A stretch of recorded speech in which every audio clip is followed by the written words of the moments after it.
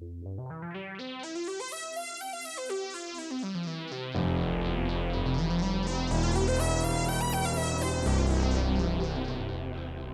and welcome.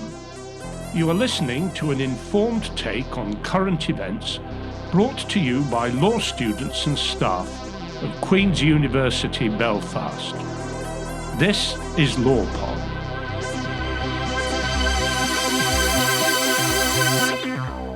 Hi and welcome to LawPod. My name is Ciarán O'Kelly. I'm a senior lecturer in the School of Law and I coordinate the LLM in Law and Technology. And I'm joined by Professor Harry Van Buren from St. Thomas University in Minnesota and by my colleague Ciara Hackett in the School of Law. Ciara, do you want to introduce yourselves? Yes, I am Dr Ciara Hackett. I'm a senior lecturer here in the School of Law and I'm currently on maternity leave. So you may hear during this episode noises from the reason I'm on maternity leave, who is 9 weeks old. So apologies if she interferes with the discussion here today. And I'm Harry Van Buren. I'm an honorary professor at Queen's School of Law. I'm currently at the University of St. Thomas, although I am moving in about 5 weeks to the University of Tennessee at Chattanooga, where I'm taking the Patent Endowed Chair in Business Ethics. Thanks very much, Ciara and Harry. The topic for today's discussion is co-authoring. The three of us are prolific co-authors, and we've become very interested in discussing the practice of co-authoring itself. That is, publishing or working on and publishing papers with other people. We do tend to spend time, for instance, when we were PhD students, learning and being trained in the art of being a sole scholar. And there is kind of, a cultural and social image of the academic as a solitary worker, somebody who works whether in a lab or in an office on their own. Well, what problems, Ciara, do you think this image of the academic throws up, and what are the kind of the limitations of the individual expertise, individual as a solitary scholar? Thanks, Ciarán. Yeah, this was something that I struggled with myself. So I got my PhD in 2009, but it wasn't until 2016 that I co-authored with anybody. And probably during that time, I found it very hard to navigate the day-to-day of publishing, the finding out where do you publish, how do you work your way through a review process and so on, because I hadn't had that expertise of working with someone who'd been through it before. And as a very early career scholar, that was something that I very much did struggle with. And I did find that this had a knock-on impact on my confidence. I was submitting to journals that perhaps my work wasn't quite suited for, but I maybe didn't realise that. And that was something that, with a little bit of guidance, mentorship, even through the co-authoring process, that has now in later years really, really helped to alleviate. Working with others has given me much more confidence in my skill set, in my strengths. It has also made me increasingly aware of my weaknesses, which I think is important too, to recognise. For me, methodology would be something that I would struggle with a little bit more, but if I am co-authoring with someone like, for instance, Ciarán, who is brilliant on data capturing and interpreting data, then we can maybe build a stronger paper for against it. Definitely confidence is one thing, making you acutely aware of your strengths as a co-author, and also then improving where you might have been perhaps weaker in the past. I think that's brilliant, Ciara, and a great introduction to the topic. The three of us have talked about this a lot. And I think, the idea of confidence and understanding your own skills and thinking about how another person, even just the conversation with other people, can enhance our skills is so important. I think we'll come back to confidence towards the end and really pick up on that again. But Harry, formally, I suppose, as professionals, we talk a lot about networking. And I get a sense that networking is something that when we imagine it, we do between panels at a conference, and then we're back into giving my paper again, giving your paper again, etc. But I think we could have a more generous and broader sense of what networking is, including through co-authoring, building relationships by writing with people. I don't know, do you have thoughts about that? Absolutely. I think that we have this view of networking in a very narrow sense, that you go into a relationship and you have a particular goal that you're trying to achieve. So you say, I want to find a co-author that will help me do X. And I really think that's the wrong way around, because for me, the best co-authoring relationships come up very organically. As you pointed out, Ciarán, you'll meet people during panels, but sometimes the best co-authoring relationships come out of just conversations over coffee or over lunch. I often tell junior faculty members and doctoral students that eventually, to start a co-authoring relationship, you either have to ask somebody to be a co-author or be asked. But how do you get to that point? I think you get to that point by meeting lots of people, having lots of conversations, and being open to the possibility of exchanging ideas. Sometimes co-authoring relationships emerge because you give a friendly read of a paper for one of your colleagues, and that sparks an idea. So I think one of the real challenges for early stage scholars is not just how do you establish relationships, but building on Ciara's point, how do you build the confidence necessary to think of yourself as a potential co-author and someone who can bring something really significant to a intellectual relationship? So it's about being valued it's recognizing yourself as somebody who can be valued, is that right? It's recognizing yourself as someone who can be valued. And I think that's a real challenge for folks at the early stages of their career. So new doctoral students or people who have just finished their PhDs might think to themselves, well, I'm not a senior scholar, I don't have a name in the field. But what I say to those folks is you have the most up-to-date training in your field. You probably have the best methods relative to other folks. You have a different perspective. And so the point I would always come back to is you bring unique strengths to any co-authoring relationship. And the big challenge for early stage scholars is to recognize that, while at the same time being open to the skills and expertise of others. I would totally agree with that. I think from my own experience, working with very early career scholars has actually maybe been the most rewarding. And not only is that working with doctoral students, we have done work in the past with master's students, report writing and so on for the Department of Justice here in Northern Ireland. And I have found that really fascinating to see how a different perspective, different enthusiasms can really enrich the publication process. But how do you switch then from, with master's student, for instance, from our perspective, so I'm asking you two questions. From our perspective, how do you switch from kind of teaching them how to write to that sort of sense of we are co-authors, where we're actually generating a project together? And how do you think, I mean, we can't read into people's minds, but how do you think they regard you? Do you think that a student can, take that step of sort of pushing back on ideas and saying, no, I think the emphasis should be here and having that conversation? I think the important point or the important part of the co-authoring relationship in that context is that you're empowering the student rather than telling them this is what you need to do, you do X and I do Y. So I think it's encouraging them to develop their own writing standards. Like we ourselves, like the power of authoring is not something that is complete at this stage. It's a process, and every paper that we write we're continually improving, or we should be continually improving. So we all have to start somewhere.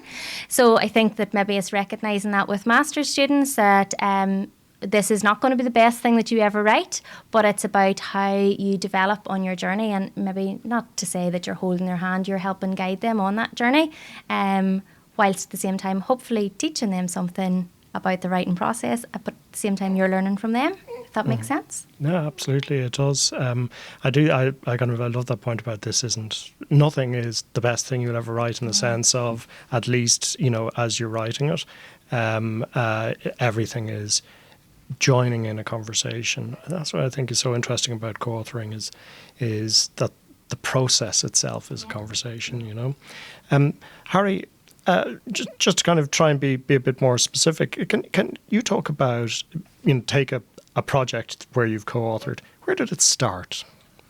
I'll talk about a couple of different projects. One thing that the three of us have in common is an interest in business and human rights. So a recent paper that has just come out with Judith Schrum-Sterling at the University of Geneva and Florian Bechstein at the University of St. Gallen emerged out of a set of conversations we have been having for years. And the set of conversations we have been having had focused on why we are not big fans of the corporate social responsibility concept and why we were attracted to business and human rights.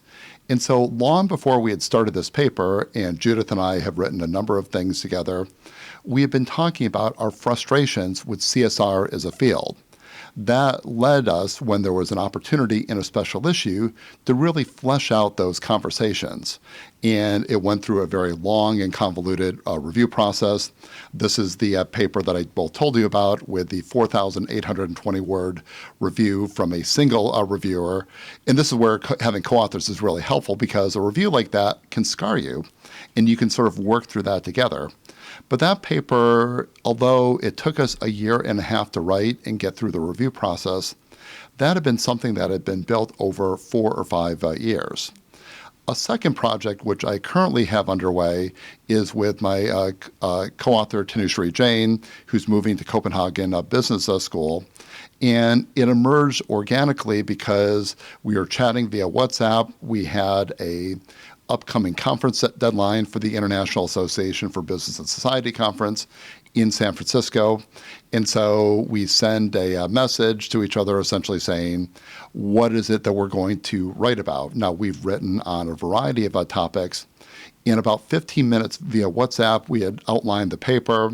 2 days later, we had a 3,000-word abstract for the conference. And that's really where having an existing co-authoring relationship, where you know what you're good at, you know what your interests are, can really help speed things along very quickly. So sometimes these emerge over long conversations, and sometimes they emerge because you have a deadline and you just want to write something. It's interesting. I was my first experiences with co-authoring was when I was a postdoctoral scholar here, and we had a Fulbright fellow named Melvin Dubnik in the Institute of Governance, as was where I was. And it was from conversations, it was coffee-fueled co-authoring is what happened. I had an intuition about an area of mutual interest to us on accountability. I had a sense that there was something interesting to say from my perspective, that I had something interesting to say, but it really wasn't formed. And this senior scholar who was really good at kind of systematizing intuitions almost took me aside and guided me through the writing process, but also from a perspective where I had a specific set of skills and he had a separate set of skills. So it was really fruitful from that, but it was the coffee. There was the third author. Harry, you wanted to? So a couple of things that jump out at me. One is there could be a line of conversation about different forms of beverage that fuel different sorts of co-authoring. Yes. So coffee-fueled, lager-fueled, and then we can go on and on. But Ciarán, you also said something that was really important in that you had an intuition. Now, I often refer to these as quarter-baked ideas, or maybe not even quarter-baked. They're sort of mixed, and I don't know where they necessarily go. And one of the real benefits of co-authoring, and I've been on both ends of this, as the person who's had the quarter-baked idea and the person who's heard someone else's quarter-baked idea. And it's through that conversation and co-authoring that you take this idea or this intuition and you really bring it to fruition. Yeah, there is a ritual to writing. It has to take a certain shape, academic writing, and the intuitions have to be formed and engineered in a little way. It's very hard to do that alone. Ciara? Yeah, no, just a couple of thoughts whenever we were talking there. For me, the co-authoring relationship started off whenever I had been in a field, like yourself, Harry, CSR, and I was getting quite frustrated with the field. And I think perhaps, Ciarán, this would tie in with you as well. I would see myself as in the more socio end of socio-legal work. And I found it quite hard to try and navigate or sidestep into the field of business and human rights where I would see myself today, because it was more maybe legal than perhaps I was used to with CSR. So it was with working with a co-author, in this case Luke Moffat, who is a reader in the School of Law here, and he was able to maybe guide me through the more doctrinal work that perhaps took me in that sidestep. And again, it was through conversations as well, how am I supposed to make this move across? And he was like, well, why don't we write a paper and we'll talk about how you bridge that gap? And that actually was what the paper ended up being called. And I think then that's something, Ciarán, that we have done in work that we have co-authored on as well. We have maybe looked at the process of co-authoring, that it's not just about the articles, although that's really important in the chapters. We've also co-authored maybe on case notes and on blogs and on policy papers to nearly take an idea and deal with it across the spectrum of different types of publications that there are out there. And I think maybe that's important to note as well, even the likes of a podcast where we are drawing on different expertise as well. Yeah, I think that's really important, and it just it goes to show that the concept of the output, you know, certainly in UK academia, is thankfully expanding, and you know, just having smaller pieces, almost smaller bits of work where we're trying to specify something or we're trying to find a corner of the conversation that really could develop is very important. Do you think, Ciara, that for instance, in your experience with Luke, did you come to a greater understanding of yourself and your skill set as an expansive thing, not as a limitation, but as something that actually helped you kind of grow as a scholar through that relationship? Yes, absolutely. I found that there really is value in a law school on being more socio than legal. And I find that was something that perhaps we maybe don't celebrate enough. We do tend to think of ourselves a bit of square pegs and round holes. If we are socio-legal scholars, how do we make ourselves fit in a law school? And I think it made me recognise that there is a real place for that type of work, that type of knowledge and expertise, and that's important to recognise as well. I'd say maybe working with you more recently, Ciarán, I have learnt a lot more because I think with the earlier relationships with co-authoring, it was more about knowledge and perhaps writing, but now it's more thinking about different methods and methodology and how you can unpack legal problems in a more socio-legal way. Yes, I think one of the depressing things, of course, is that you were the socio-legal scholar with Luke, and when it came to me, I was the even more socio-legal scholar, where the word legal is almost dropped from the conversation entirely, and I rely on your legal expertise to supplement intuitions I've had methodologically, or where I think we could talk about language methodologically. Harry? And expertise really changes over time as well. So early in my career, I was doing more philosophical and normative work, but ironically, I was also doing some more quantitative work. In the last few years, I've shifted much more into qualitative methodologies, more theory building. And so one of the things to think about is your career really has cycles and it shifts over time, and you develop capabilities and skills, and you learn to really specialize in what you do best. But those shifts also really help you in co-authoring. So when I'm doing quantitative research, I'm not really doing most of the data analysis these days, but working with people that can do that and do that very well, I can bring different sorts of lenses. I can bring a more conceptual lens or think about what the results have to say for theory. So I think it's really important for scholars to be open to how their careers and their expertise are going to shift and change over time. That's absolutely, it's crucial, and how our personalities shift over time, how our confidence changes over time, depending on what's going on in our lives and, how we're encountering the world. I think this all comes into play. And I have to say, I think for me, one of the things as I think about, how I've developed over time is that the co-authoring relationship, one of the things is it's stabilized a lot of that. You're able to, on those days when, as a single author, it's not much is going to happen, having the conversation with the co-author, having the discussion and the relationship with them has, an invigorating effect. But I think as well with co-authoring, you see the impacts on your single authored work, because all of a sudden you now have a wider network of people that you can bounce ideas off. You can say, I'm writing this paper, I'm struggling with this section, would you mind having a read of it? And whereas before, certainly I would have been inclined to have had a full draft maybe written and perhaps something that I thought was polished before I sent it out to people to give even a quick read off. Whereas now I'm maybe more accustomed to sending sections out or even just over a coffee. So I do think that building on your co-authoring does have a huge and beneficial impact on your single authored work as well. It's really interesting. The two worst kinds of feedback you can get is, oh, this is so good, when it doesn't sound sincere, and this is terrible, you should resign. This is awful. Give your PhD back. we demand it back. And actually, there's a real skill in saying to somebody that this isn't working, some concept isn't working and needs to be revisited, it needs to be revised.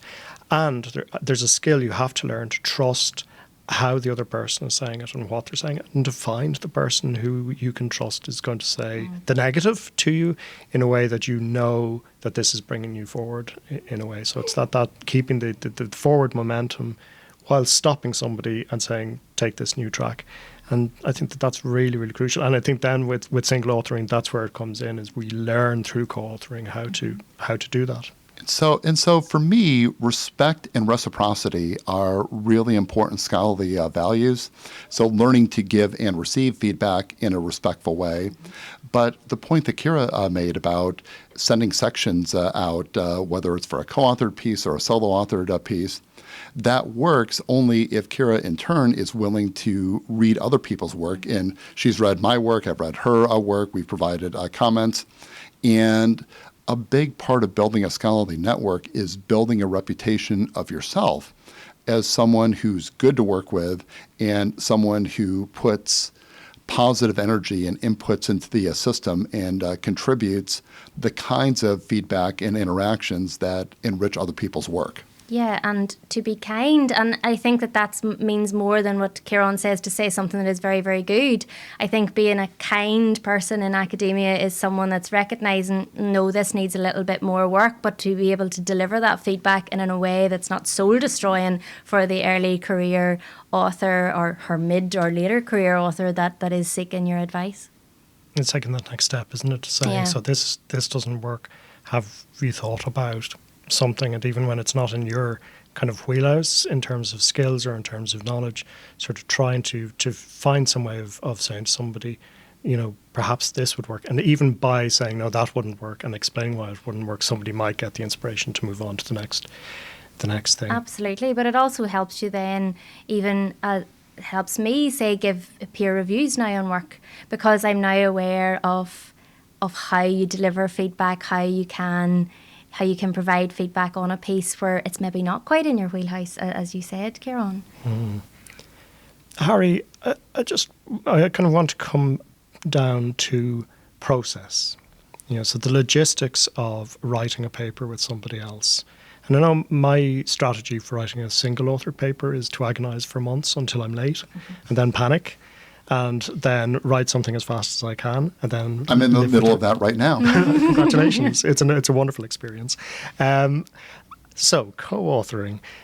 Let's start. I'm going to ask you a few questions, and then Ciara, I'll come back to you. The initial idea. I think you explained it comes from the quarter-baked work that you then... Or I have an insight, or I heard a presentation, or I read an article on the news. And I often refer to this as in terms of different roles. So one of the roles that's really important is what I call the opener role. So somebody has to introduce not just the idea, but the possibility of some sort of research collaboration. And there are some people that are brilliant at that are really good at identifying a gap in the literature and starting to assemble a co-author team. An important part of a process is figuring out, what is it you're going to write about? What is the research question? Where are we going to target this work? And so there are some people that are really good at conceptualizing the idea, opening the conversation, and organizing the author team. Do you think that with co-authoring it's necessary to have kind of a peacemaker? Do you think, Ciara, that that somebody would take the lead on, kind of dealing with when tensions arrive, not interpersonal tensions, but kind of conceptual tensions, do you think? Or do you think that that's part of the collaboration? I would say that that's part of the collaboration, but maybe that's just been my experience so far of the people that I have worked with. There hasn't necessarily been tensions that couldn't be worked out with a cup of coffee or whatever in a conversation. But that possibly does depend on the personalities involved. I don't know how you'd feel on that. I think I largely agree. One of the hard things, I think this comes back to the previous part of the discussion, one of the hard things for me, certainly, is to know when I'm stuck. To know when I'm stuck fast, as opposed to simply working slowly. And you've both had experience of me working slowly. And it's, I'm sure, very hard from somebody else's point of view to understand, is Ciarán working slowly or is he stuck fast? And part of the self-awareness required in co-authoring is to announce that you're stuck. Please help. I've come to a barrier here. And I suppose it's those sorts of tensions I'm quite interested in, as well as the kind of interpersonal stuff. Harry. And when I think about the peacekeeper role in co-authoring, I think I might differentiate between the first time a particular team is working on a project where you haven't really figured out the flow of ideas and who does what versus ongoing co-authoring relationships. So I have a couple of co-authors I've been writing with for more than 10 years, and we've figured out what each person is good at. We can have a cup of coffee, virtually or otherwise. But when it's a new author team and you've not really figured out that culture of collaboration, that's often where you can get clashes of ideas or clashes of working styles. And then in that case, sometimes having someone who's going to step in and try to calm the waters could be a really useful role. Yeah, I think maybe that's something that I have realised is that I love a deadline, and I would be happy to submit maybe less finished or less complete work so long as I meet that deadline, whereas other people that I've worked with tend to be more about, not looking at anyone in particular, tend to be more about getting that idea across, and that has been something that has been a really positive thing for me to realise, that it's okay to be a week or two late as long as the piece is better for it. And that it's not just procrastination, it is actually about improving the finished piece, and that's something that I have had to work with, because I know that that's my that's how I can be a pain whenever people's co-authoring with me, because I'm like, the deadline is the 1st of July, is it done? No. For the record on LawPod, I don't know who Ciara is talking about. This is, in some ways, a mundane question, and might come back to that I'm a little bit techie. And in some ways, maybe it comes to the heart of something about co-authoring. How do both of you keep track of drafts of papers without kind of losing the will to live? Ciara, how do we do that logistically? I am not techie at all, so I have my drafts numbered either by the date where I have received them or completed them, or simply 1, 2, 3, 4, and it's about trying to keep track with them. So in that way, I am probably not a good person to ask on that. You ever use kind of things like Google Docs? Well, Google Docs, yes, I was thinking about that, but Google Docs has its limitations. I would find like things like footnoting and so on can be very difficult for Google Docs. So I think it's great for an initial idea. And actually, one of the things that I'm really going to try and impose on students whenever I come back to work, impose is maybe the wrong verb to use there, is for students to collaborate on notes and comments in class, and co-authoring nearly on their class notes. But I think for a final draft of work, Google Docs doesn't work for me. It does work for grant applications, maybe more so, but I find the footnoting frustrates me, because then I have to change it into a Word doc and then go through the footnotes. Well, I won't inflict a full podcast on everybody on the tech of this. Harry? I've done it in various ways. A lot depends on where the manuscript is. Sometimes if you're really trying to work out how concepts in a paper fit together, Google Docs can work really well. Google Docs can also work well if you're doing the final editing together, not necessarily with footnotes and things like that, although mercifully footnotes are less important in management scholarship than they are in law, which I've learned very, very recently, because then you can go line by line through the document together. Sometimes it makes more sense to establish an order of who's going to do what in terms of looking at the paper. So it might be that I say, I'll look at it today, I'll put my section in or my comments, and then whip it around to the other co-authors. There's also the task of who's going to get the paper over the finish line in terms of citations and proofreading and things like that. So thinking about my own roles in co-authoring, I'm really good at opening and really good at closing. So for some reason, I'm in no other sphere of my life am I detail-oriented, but when it comes to getting a paper ready for submission or to get the revision back, I'm really good at formatting and final proofreading. It's the bit in the middle. It's the organizing bit that sometimes I really struggle with, and I've learned this about myself. And so I work with co-authors that are brilliant at the middle part of that, which is getting the half-baked idea to a point where you can edit it and submit it.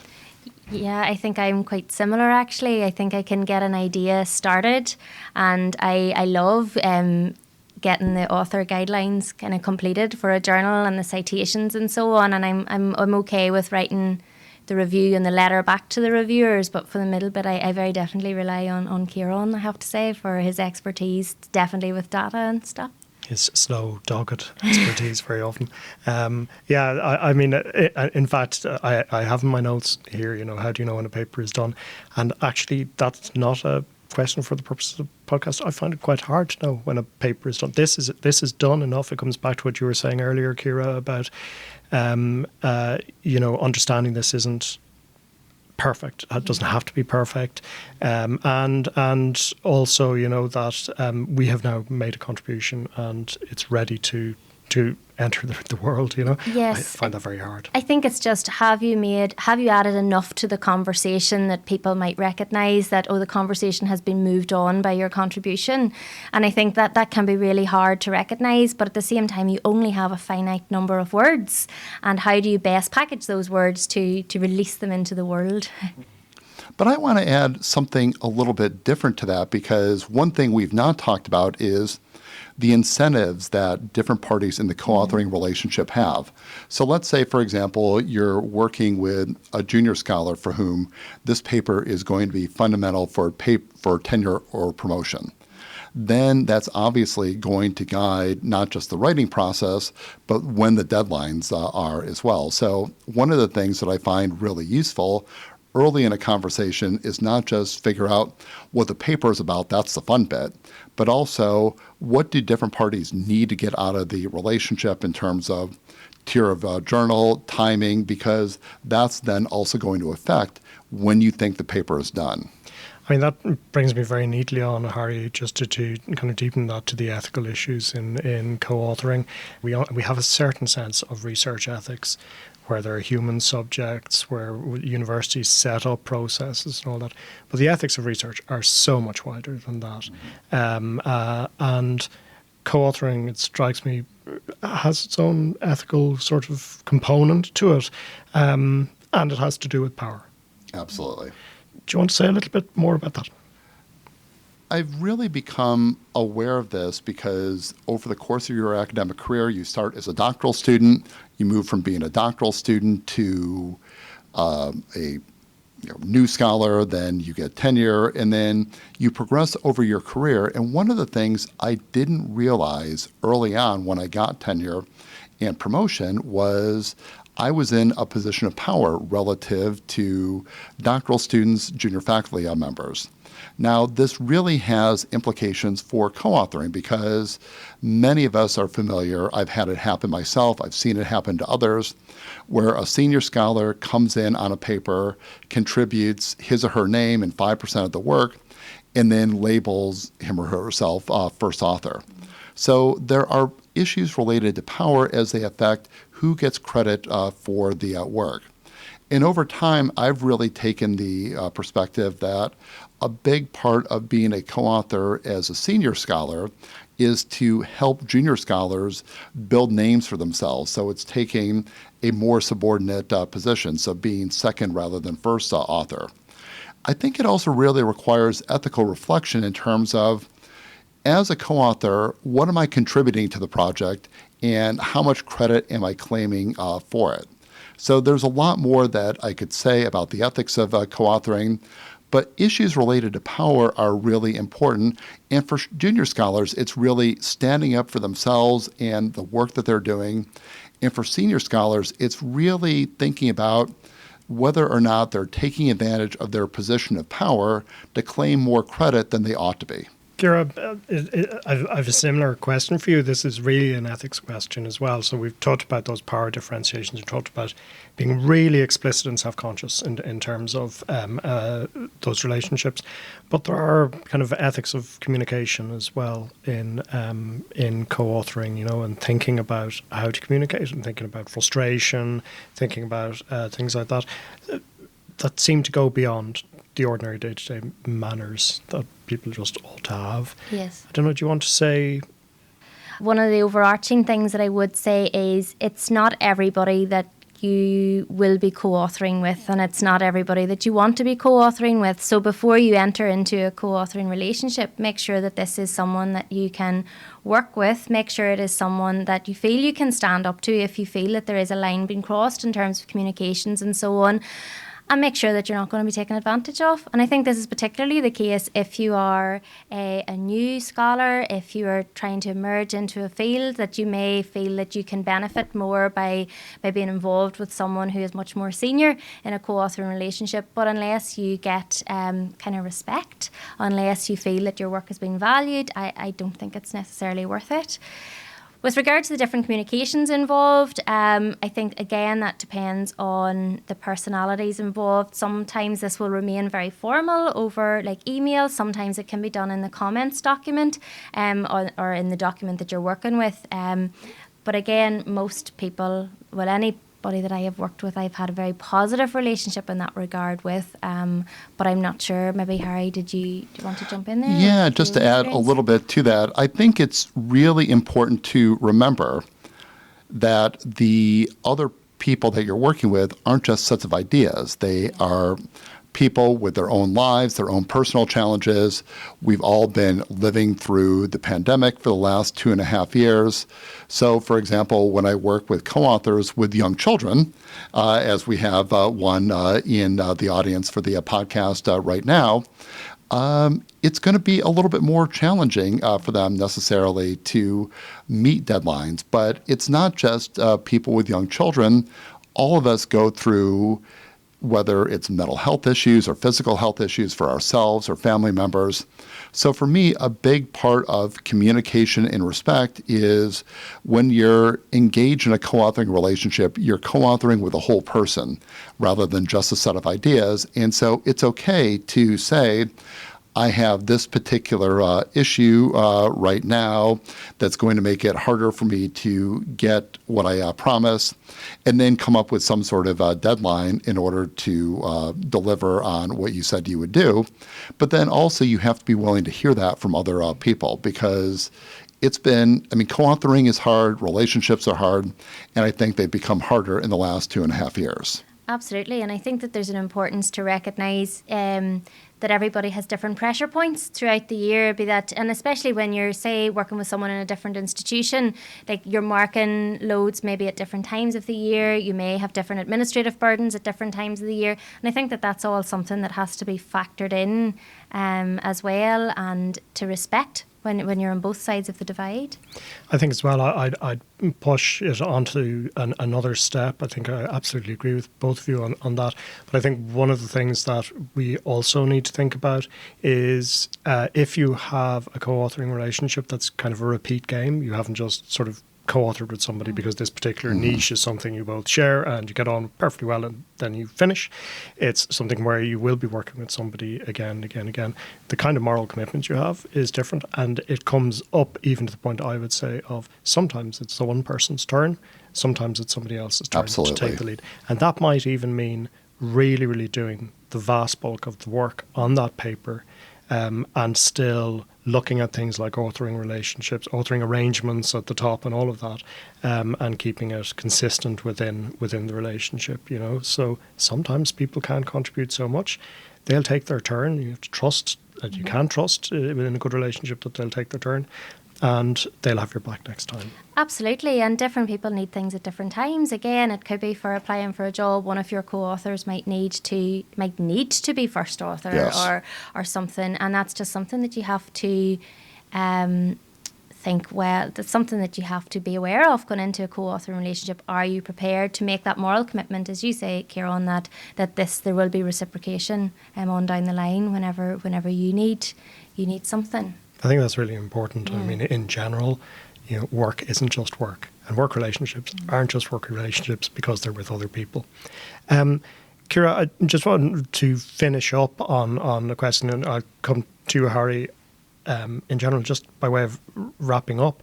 But Ciara first, on the ultimate value of co-authoring, what do you think is ultimately the value, apart from for us as co-authors, as in individually, the individual kind of reward that people get out of it?